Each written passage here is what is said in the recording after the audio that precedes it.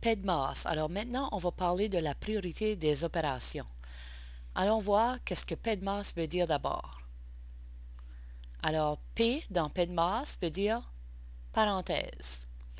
E, la deuxième chose qu'on doit effectuer, veut dire exposant. DM, la troisième chose qu'on doit calculer, c'est la division et la multiplication dans l'ordre qu'ils viennent de gauche à droite. Et AS veut dire l'addition et la soustraction dans l'ordre de gauche à droite. Alors, on va commencer par un exemple.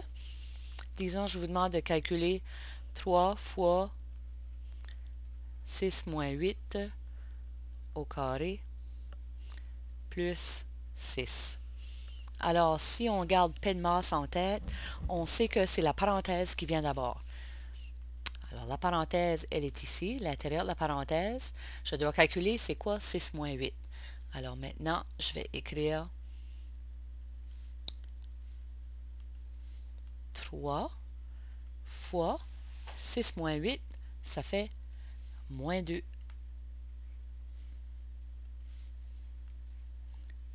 Au carré plus 6. Alors, on a résolu l'intérieur de notre parenthèse. La deuxième opération que l'on doit effectuer d'après PEDMAS, c'est E qui veut dire exposant. Alors maintenant, je dois calculer qu'est-ce qui est moins 2 à la 2. Maintenant, n'oubliez pas que moins 2 à la 2 veut vraiment dire moins 2 fois moins 2. Alors, ça va me donner plus 4. Alors, mon équation maintenant va devenir 3 fois 4 plus 6, parce que je viens de trouver que moins 2 au carré, ça fait moins 2 fois moins 2 qui fait plus 4. Maintenant, on est rendu à cette étape du PEDMAS, c'est-à-dire de la division et de la multiplication, dans l'ordre qu'ils apparaissent de gauche à droite.